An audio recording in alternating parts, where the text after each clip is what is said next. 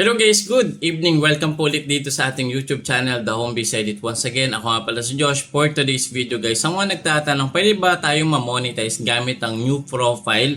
Guys, sa mga hindi pa familiar dito, meron po tayong option dito sa ating old profile na pwede tayong mag-create ng new profile. So papakita ko sa inyo guys, mabilisan na. Eto guys, pumunta kayo dito sa inyong profile, i-click nyo ito. And then meron kayo guys makikita dito na tatlong bilog. Ayan, i-click nyo po iyan. And then guys, sa may ibaba, meron dito kayo makikita na add new profile or dito din sa may itaas. Ayan. So, pwede kayo guys dito mag-add. Ito guys, kung nakikita nyo dito, ito. Ayan. Kasi guys, kanina nakapag-add na ako ng profile. So, i-click nyo to. Ayan. So, sabi dito, you can only create one profile every 72 hours. So, kanina guys, nakapag-create na ako. Hindi siya page guys, no? So, pwede nyo siyang i-try sa inyong mga phone. At basic lang kung paano siya i-set up. Kailangan mo lang dito ng profile pictures, banner, and then yun na. Magko-connect na siya guys. Dito mo siya makikita guys sa inyong setting. Punta tayo dito sa privacy. Click mo setting. Dito po sa sa Meta Account Center. I-click mo 'yan. And then ito na yung mga nagawa ko dati. Ayan. So, ito yung kanina, yung kakagawa ko lang. So, meron na ako guys nagawa. Ito, profile to guys, hindi ito pages. Magkaiba po sila. So, ito yung kanina na ginawa ko. Ayan, yung name. Ang advantage nito, pwede ka maglagay ng username. Ayan. Mang Jose. Diba? Pwede rin siguro full name. Pero ako guys, ito na kasi baka magkaroon tayo ng impersonator naman kung same lang din ng tayo ng name na gagamitin doon sa ating previous profile. And then, profile picture and avatar. Yan na guys, pwede ka nang magkaroon ng separate personal account. Bali, personal account to guys, no?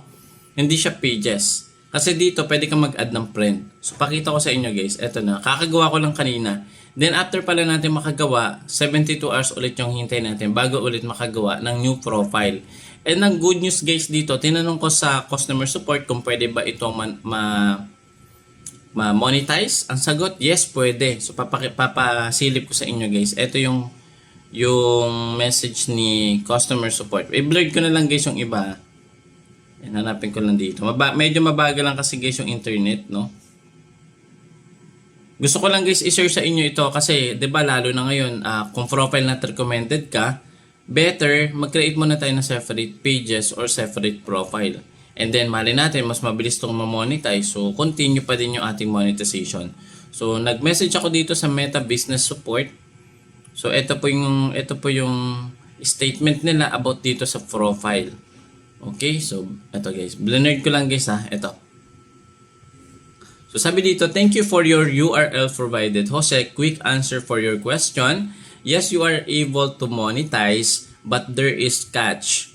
Just like other profile, you will still need to be able to turn on professional mode and wait for the invitation for the monetization tools to be enrolled to new profile. So, pwede pala natin magamit itong new profile under our old profile or previous profile na ginagamit natin. So, ito na nga guys. So, i-click mo dito, meron tayong option.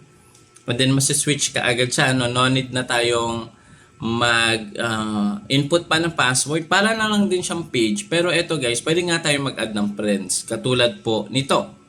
Ayan, 'di ba? So pwede mo niyang i-add pero yan. Skip ko muna. And then ito na siya guys, yung pinaka-setting ito. So naglagay na ako ng aking cover photo, profile pictures, and then naglagay na din ako ng details dito. And then mamaya maglalagay na din ako ng mga upload video dito. So, wait lang natin guys kung mamamonetize sa update ko kaagad kayo. Pero based naman sa sinabi ni customer support or ni Meta, pwede tayong ma-monetize dito sa gamit natin na new profile. Okay? So, i-click lang natin yung tatlong bilog din sa gilid. Maghihintay lang tayo dito magkaroon ng professional mode. Diba? Na i-turn on your professional mode. So parang ganon. And then sa follow setting, ganon din. So, pwede mo din itong i-set up na din para magkaroon ka ng follow button. So, similar lang din po ng pag-set up natin dun sa ating mga pages and sa mga personal account natin. So guys, itry mo na. Pwede pala tayong ma-monetize gamit ang new profile, di ba? So yun lang guys, sinure ko lang po sa inyo. Thank you so much for watching. And don't forget to follow and don't forget to subscribe to our YouTube channel. Konti na lang guys ang ating hinihintay ng mga kaibigan at mga kakilala na mag-subscribe. 80% po ng mga nanonood ng video natin ay hindi nakapag-subscribe. Kaya ikaw kung hindi ka pa nakapag-subscribe, i-click mo na yung subscribe button and yung notification bell para ma-notify ka every time meron tayong bagong update. Katulad po nito. So, gawa na kayo ng profile nyo habang hinihintay pa natin yung ating profile na recommendable na status na bumalik sa recommendable ulit. So, yun lang. Sa susunod na video guys, abangan nyo. Mag-create din ako ng video. Bakit nga ba tayo nagkakaroon ng not recommendable na account? So, hintayin nyo yan guys. Okay? So, hanggang dito lang. Thank you so much for watching. See you again next time. Bye-bye!